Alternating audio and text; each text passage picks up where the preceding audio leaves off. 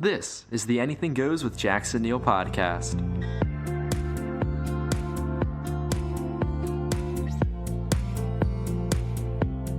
Welcome back. I'm your host, Jackson Neill, here for episode number 100. We made it to triple digits. Today, I'm going to be talking with Taylor Alexander about his latest project, Good Old Fashioned Pain. But first, I just want to remind everyone that this podcast is available on all of your favorite platforms, including Apple Podcasts, Spotify, Stitcher, YouTube, and SoundCloud. It is also available on JacksonNeillPodcasts.com, the official home for all of the podcasts I publish. Today's episode also has a video component. If you're on an audio-only platform and want to see the video, head over to the first link down in the show notes. So I had a great time talking with Taylor and about this project. There's a really cool story behind him making it, his journey to this point in his career, as well as even the cover art. There's a lot of cool stuff that Taylor talks about in this interview, and stuff that I'm really excited for you guys to all hear. Here's the conversation. Can you tell me a little bit about this latest project you got, Good Old Fashioned Pain? Yeah, so we got it out on April 12th. I released it independently. We recorded it over the course of about 2 years, roughly, on and off, whenever we had enough money to do another session or to, have it mixed or whatever. And really, it was just I made it with a bunch of my friends. All the studio musicians were all friends of mine, just that I've met in town or known for a long time. And it was produced by my friend Brennan St. Gelais, who I've known since I was a kid, real young. And we've just kind of stayed in touch. And then we ended up both moving to Nashville. And so I've been working with him a lot with my music. But yeah, I'm really proud of the way it came out. I'm glad to finally have it out in the world. Yeah, definitely. I mean, it's a 2-year process there, right? Yeah. What was it like to be able to take that kind of time on the record? Well, part of it was kind of frustrating. It was nice to have the lack of pressure, lack of time pressure, so we could really take our time with things we needed to. But a lot of it was waiting around for like enough money to do another session or something. So there was like. There were certain times where we were just like, me and my wife were just working a ton at our jobs or whatever to try to come up with, the next little round of money that we needed. Mm-hmm. So like it was kind of kind of cut both ways there, kind of good, kind of bad. But I think all in all, it was nice. I'm glad that, in retrospect that I had some more time to kind of, like we would have time to like sit with, like the board mixes that Brennan would do and listen back for a couple of weeks and be like, man, we could really, this song could really use a little lift here in the chorus. Why don't we throw something in it? So we got to have a little bit more time to play around with some arrangements and stuff like that, which was fun. But like I said, what was it? Just like the great philosopher Tom Petty once said, the waiting is the hardest part, right? the great American philosopher there, Tom Petty. Still, I guess it is nice not to have that time pressure. But yeah, at a certain point, you want to get things going. So just get into this name, Good Old Fashioned Pain. I mean, I think it really sticks out to my ears. Good Old Fashioned Pain. I think it's a title that has a lot of meaning there. Can you just tell me a little bit about it? Yeah, I don't really know how I'm trying to think of like when I came up with the title, and then subsequently wrote the title track. But I think I was just thinking about just kind of a way to encapsulate what a lot of the record was about. And at the time of writing the title track, like what I was thinking about. And I just kind of narrowed a lot of it down to that idea of good old fashioned pain. It's just like it's kind of that mundane, everybody goes through kind of stuff. It's not really particularly special or even what's the word? Not Unique? exactly sure. Yeah, unique maybe would be the word. It's not really unique. It's kind of that pain that everybody deals with, and everybody can kind of assume that they'll deal with at a certain point or another. So yeah, that was kind of what I guess I was thinking about when I wrote that. Gotcha. Yeah, and I could definitely hear that kind of relatability come through on some of these tracks. You know, it deals with a lot of those themes. I feel like that everybody can kind of relate to. Yeah.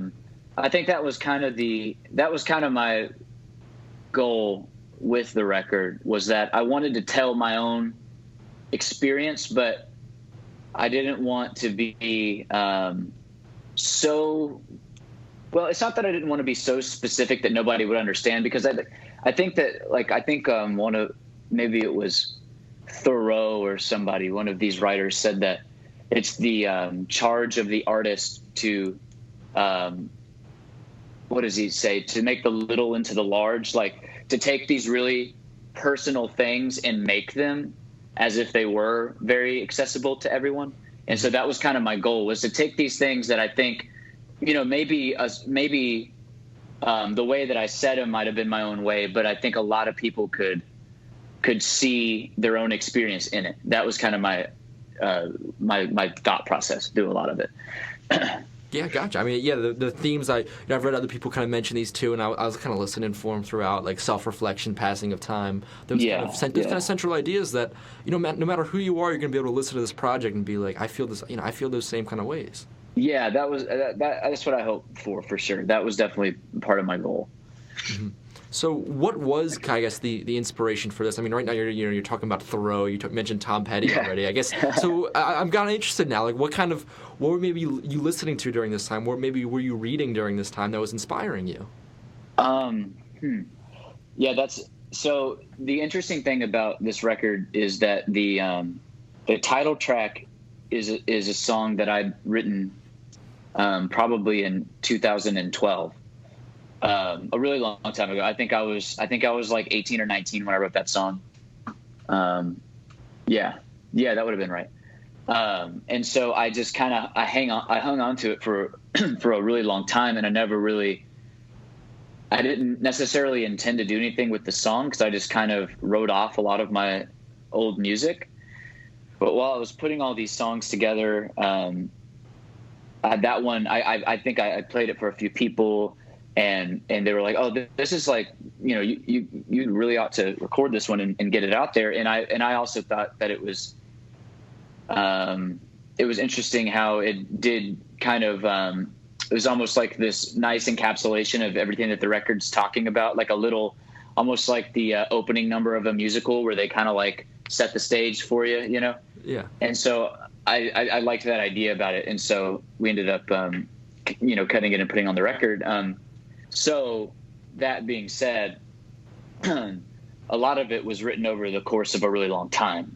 Well, that song, and then the rest of the record was written over the course of about 2 years. And there's definitely, I mean, I probably was just, you know, I listened to a lot of music over the course of that time, and I'm not so sure how, it's like, it was mostly inspired by just what it felt like to move from your hometown. Like, so I didn't go to college. So like after high school, I kind of like hung out for a couple years trying to be in a band and stuff back home.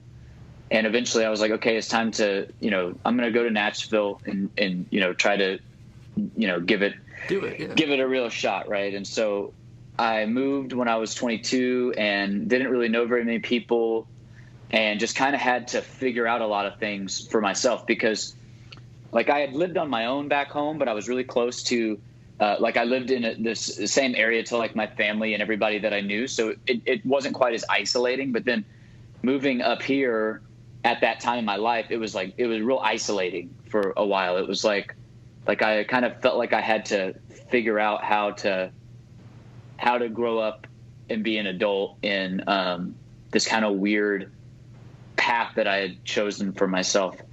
So I was thinking a lot about stuff like that. And there was definitely a few like pretty big, I guess, affecting books that I read during that time that I think a lot of the themes may have been inspired tangentially or whatever. But like I remember like one of the big ones that was that I read that kind of helped me evaluate certain things, and because this is really what it was. There's a lot of self-reflection, trying to evaluate like, why do I feel the way that I feel? Why like why is this career path so difficult? How does that make me feel? What do I feel about, like I had all these thoughts about, oh man, like all of my friends, they were all starting to graduate college and get real jobs, and they had like money and stuff like that. and I was kind of like living in this apartment that was super cheap, and I write about it in that song Hole in the Wall. And I was kind of a little bit like disgruntled about the conditions, because like I wanted to have been doing better in my music career, I guess. And so I was just like dealing with a lot of that, like, man, should I have done something different? So there's just a lot of self-questioning sort of stuff like that. And, I think, some of the stuff that I was reading books wise was, I got real inspired by, I read like a good amount of like Dostoevsky. When I read the Brothers Karamazov during that time, that one was like a big mind blower for me. It kind of helped me put a lot of things into perspective, and those kinds of more existential questions that are posed by that novel. Really, it made me feel like I wasn't the only person that was asking these sorts of questions. Because, like I said, and this sounds dumb to people that have education, but like having not gone to college and stuff like that, I was a little bit less. It wasn't that I wasn't like as well read in some of the classics and stuff. Because like in high school, I had to literature classes and stuff and read a lot. But like I missed on the college level stuff and the philosophy and stuff like this. And so I was trying to walk myself through a lot of that. And so, I think a lot of that helped me feel a little less alone in the universe as it is, which I know sounds silly to people that like they're thinking like, how aren't you aware that people were asking these sorts of questions? It's like, well, I just hadn't read them yet. So exactly, yeah. Well, I mean, like the same people who say that they didn't know people were asking those questions until they read it themselves. Yeah. So anyway, so that was like some of the stuff. But yeah, I mean, I think it was mostly just inspired by a lot of self-reflection. Definitely. Yeah. And because I was reading about like your move to Nashville, I know really affected you also musically as well. Like you kind of saw the songwriting in the scene. Yeah. I read you like kind of locked yourself in your room and wrote a lot of songs yourself to kind of bring up your own talent level. Well, yeah, I mean, I think, and this is actually something that I've been thinking a lot about. I think it's really funny that, like, and I've said this like 1,000 times in this interview, but like having not gone to college, I feel like the first 4 years of me being in Nashville really felt like songwriting college.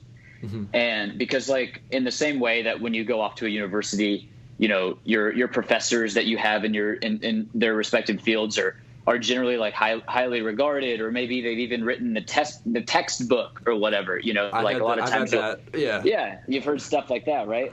And so like when you come to Nashville, if you're really paying attention and you really want it, like you can go out to the 5 spot every Friday night and you can see Tim Carroll play, and he's going to play songs that have been recorded by tons of people, and you're going to be getting, like, in my view, I felt like I was getting, almost like a lecture by the guy that wrote the textbook. And there's so many people like that are so accessible, as far as like where they're playing and all this kind of stuff, that like, if you really want to see how really good people are writing and how they're crafting things, like you can just go watch. And that's what I did when I got here, and I heard guys like that and other guys that I was just like, man, like now that I've seen like what you can do with stuff, like I'm not gonna play any of the songs that I've got, like I gotta raise the bar on myself. And so yeah, like I spent a lot of time just like trying to write new songs, and threw tons out and wrote more, and then threw those out and wrote a bunch more. And I guess the survivors are the ones that are on the record. There you go. Yeah. There you go. So I guess you're just one of those artists that writes a ton of tracks and says, okay, now I got to pick the 11, I got to pick the 9, the 10, or whatever. Yeah, well, to an extent, for sure. I think I think I knew which ones were bad before I got to actually got to making the record. So when I went to make the record, I had 10 songs that I knew I wanted to record, and I recorded all of those. And then I later removed one of those songs from the track list because I just wasn't sure about it. I didn't really like it all that much. And so I replaced it with the song I Guess I Moved On, which is the second to last track on the record. And so I really had, and I had several more like songs that I wanted to record at some point, but I just knew they weren't right for the record, that particular record. So I have some in the backlog that I'm planning to record for like a future project. But, for this one, I didn't really come in with like 35 songs or something. Was like, oh, let's do all of them and then pick the best. I kind of like already had 10 or 11 that I was like, these are the ones that are going to fit what I want to do. And I already had trimmed the fat from all the bad ones that I didn't like, mostly. Exactly. So another thing I saw about this album, a little anecdote that I read, was in terms of the cover art. Can you tell this old thing? Can you tell me a little bit about that? Because I heard it was a really cool story. Yeah. So I've got when I first started my very first band when I was like 14, we used to rehearse over at my friend Will's house, and he ended up playing music with me for a really long time, and we were in an alt country band together right before I moved up to Nashville. And so we were over at his parents' house all the time, rehearsing through the iterations of probably a couple of different bands at this point. And they had this Lord's Prayer print. Actually, I can show it to you because I have it. So they had. Can you see that? Yeah, I can see that. Whoa, yeah. Okay, yeah. Whoa. So they've got this old lithograph. I think they're from the like late 1800s or like the early 1900s. Mm-hmm.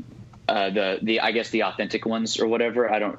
I'm not exactly sure, but they had that hanging up for years, and I just kind of grew up seeing it and just thinking that it was really cool. And I remember when it was like right when I first wrote that song, Good Old Fashioned Pain, I had seen that lithograph, and it just occurred to me that I should use that as the album art. Like I had that idea like 10 years ago. As soon as I saw it, I was like, this fits with like, it just like clicked.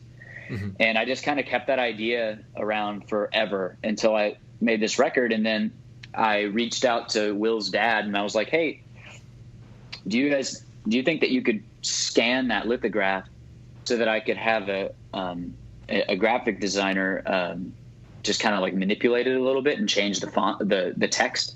Mm-hmm. And they tried to, and they couldn't. And so he actually ended up, his dad, Dean Looney, he found one for me on, I guess eBay or something. And this old lady had one, and she sold it to him, and he bought it for me and shipped it to us for like a kind of like a wedding present. Yeah. Which was like super, super kind. They have a little blurb in the liner notes. They're special thanks, and they sent that to me. And so I took it I had to take it out of the frame. It is really, really brittle. Mm-hmm. And I was super careful with it, and I had to take it down to this special place downtown that like specializes in prints and scanning things and stuff like this. And so took it to them, and they scanned it and made it into, I guess, like a PDF, or I don't know exactly what it was, but it was whatever the art guy needed. And so Brandon Santiago is this guy in town. He's got a company called Double Struck Designs. Mm-hmm. And we've worked together in the past on like some t-shirt designs and stuff. And so I sent it to him, and he took it from a rectangle to a square, and he removed all the text and then put Good Old Fashioned Pain, Taylor Alexander there in the middle. And then I had the idea to where the 10 Commandments were around it. to put the 10 tracks. Yes, So that's what we did. Yeah. And so, I mean, it's really, that's the whole thing pretty much. And then Brandon, if you look at the CDs, which I think if I have one, because a lot of people haven't seen the actual, sorry, this is kind of like a weird interview now, because no, I kind of like it. Like, you know, if you tour of my house. Got the video, why not? So like, these are like the CDs. Okay. And then, so you got this used to be the Lord's Prayer, Mm-hmm. and then these were the 10 Commandments. So I just had him change the thing. And then, you know, he ended up doing that on the back and stuff like that. So yeah, really happy with the way that the art came out, especially because it was, you know, an idea that I kept bouncing around for like 10 years. Yeah. So, you know, you have this album out. It's out. Yeah, it's very out. how are you feeling? How are you feeling going into the rest of the year now? It feels good to have it out, but now it kind of feels like that the real work starts. Uh-huh.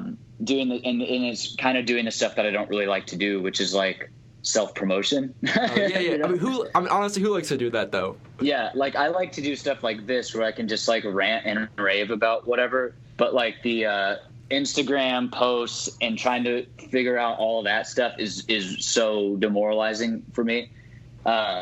So I'm just like, I'm trying to just, I got myself a dry erase calendar, and I'm trying to give myself like a schedule of like, you know, whenever I'm not at work, like my days off work, I'm like, you know, I'm posting this thing today, and, you know, trying to do it the right way. So it's a lot of work.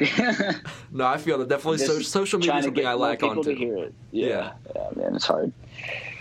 So yeah. But so you got what else do you have planned for this year? Some shows coming up here and there.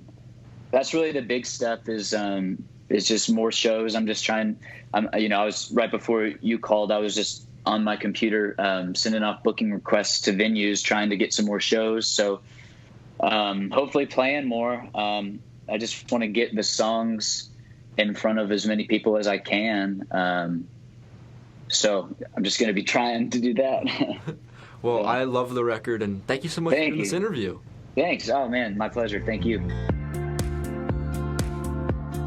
Again, a big thank you to Taylor for coming onto the podcast. Remember to go check out Good Old Fashioned Pain. You can go down into the show notes. There'll be links there to stream the record on your favorite platforms. Definitely worth a couple listens. Lots of cool stories, lots of cool lyrics that you can unpack in that album. Also down in the show notes, there'll be links to follow him on social media so you can keep up to date with everything he's doing, including possible upcoming tour dates, new music way in the future, or anything else that Taylor would like to keep you updated on. So make sure to go down into the show notes on whatever platform you're listening and check out those links. And that will wrap it up for this episode of Anything Goes with Jackson Neill. Thank you so much for listening to the podcast. Make sure to subscribe and rate this podcast on your favorite platforms, as that does a lot to help grow the show. Remember, new episodes every Tuesday and Thursday. For more episodes, go down into the show notes and visit the link to jacksonneillpodcasts.com. There you'll find all of the episodes to this podcast, as well as the Jackson Neill Music and Sports podcasts. New episodes of the Music Podcast on Sundays, with the Sports Podcast coming on Monday, Wednesday, and Friday. If you're a big fan of the show, maybe consider becoming a supporter on Patreon. For just a couple dollars a month, you can get access to bonus content from my interviews here on Anything Goes, including today's with Taylor, where I ask him about Brazilian Jiu-Jitsu, which he does, his favorite tour stories, and also some of the favorite songs he's listening to right now. So on Patreon, you can get access to bonus segments from both my sports and music podcasts as well. I write, record, and produce these podcasts myself as a full-time college student, so any little bit of support really does go a long way. Link to Patreon down in the show notes. If you want to stay up to date on everything I'm doing, you can follow me on Instagram and Twitter @JacksonNeil20. Today's music is by Analog by Nature with their song CDK Sunday. Thanks again for listening. I'll see you all next time.